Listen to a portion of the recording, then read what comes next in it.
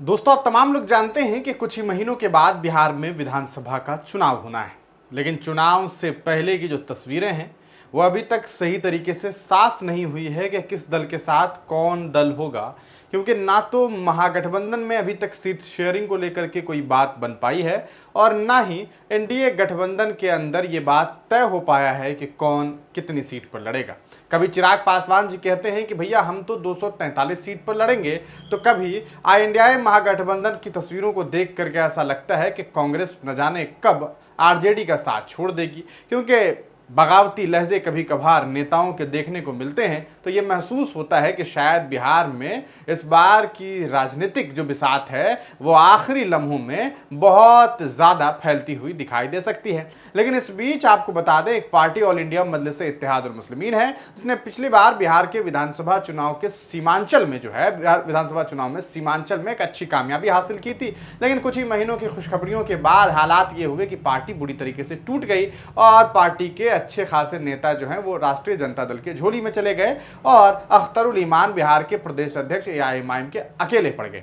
लेकिन वक्त गुजरा और ये देखने को मिला कि पार्टी बगावती लहजे में देखने को मिली और बार बार ये कहती रही कि भैया 4 का बदला 24 से लेंगे। और यहां तक कि लालू प्रसाद यादव को सीधे तौर पर चुनौती जो है असदुद्दीन ओवैसी साहब ने बिहार में आकर के दिया और कहा कि तुमने हमारे 4 छीने थे, हम तुम्हारे साथ तुम्हारी बेटी के खिलाफ जो है हम अपना प्रत्याशी उतारेंगे और तरह तरह की बातें हुई थी। लेकिन अब चूंकि बिहार में विधानसभा चुनाव का वक्त नजदीक है, तो ऐसे में अब तस्वीरें अलग होती जा रही है। सीधे तौर पर बिहार प्रदेश अध्यक्ष एआईएमआईएम के अख्तरुल ईमान ये कह रहे हैं कि भैया ऐसा है कि आप भी बीजेपी को हराना चाहते हैं, हम भी बीजेपी को हराना चाहते हैं, हम तमाम लोग उन ताकतों को हराना चाहते हैं जो बिहार का नुकसान पहुंचा रही है। तो ऐसे में जरूरत यह है कि हम सब एक हो जाएं, मुत्तहिद हो जाएं और साथ लड़कर के चुनाव लड़ें। यानी कि साफ तौर पर अख्तरुल ईमान साहब और इंजीनियर आफ्ताब साहब, इन लोगों ने बैठ करके ये निर्णय लिया कि ऐसा है कि हम लोग महागठबंधन में शामिल हो जाते हैं ताकि बीजेपी को हराना और भी आसान हो और हमारी जो वोट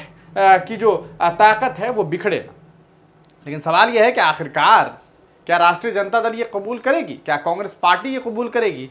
क्या ये तमाम तस्वीरें जो हम और आप बनाने की कोशिश कर रहे हैं, क्या ये पूरी हो सकेगी? एक तरफ मुकेश सहनी, जिनके पास कुछ नहीं है, ना विधायक ना सांसद, उन्हें तेजस्वी यादव अपने बगल में कुर्सी पर बिठाना तो पसंद करते हैं, लेकिन आखिर ऐसा क्या है कि वो असदुद्दीन ओवैसी के साथ गठबंधन करना नहीं चाह रहे। और यही वजह है कि अब ऑल इंडिया मजलिस इत्तेहादुल मुस्लिमीन के जो राष्ट्रीय प्रवक्ता हैं आदिल हसन साहब और एआईएमआईएम की तरफ से साफ ये कह दिया गया कि भैया 7, 8, 10 दिनों में ये मामला क्लियर कर लीजिए कि आखिरकार आपको हमारे साथ गठबंधन करना है या नहीं करना है, ताकि हम फैसला लें। और ये बात सही भी है। अगर मान लेते हैं कि ये गठबंधन पे फैसला जल्दी ना हो, तो इस चक्कर में ये होता है कि पार्टी को भी लगता है कि पार्टी के नेताओं को लगता है कि अरे गठबंधन हो जाएगा तो हमारी सीट्स इतनी हो जाएंगी और ऐसे अगर हम लड़ेंगे तो सीट की तादाद ज़्यादा होंगे। तो अगर ये तय हो जाता है कि ठीक है आप 10 सीट पर लड़ेंगे या 12 सीट पर लड़ेंगे या 6 सीट पर लड़ेंगे या 8 सीट पर लड़ेंगे, तो कम से कम उन सीटों पर मेहनत मजलिस इत्तेहादुल मुस्लिमीन करेगी। और अगर ऐसा नहीं होता है तो कम से कम 50-60 सीट पर तो ये पार्टी चुनाव लड़ने ही जा रही है।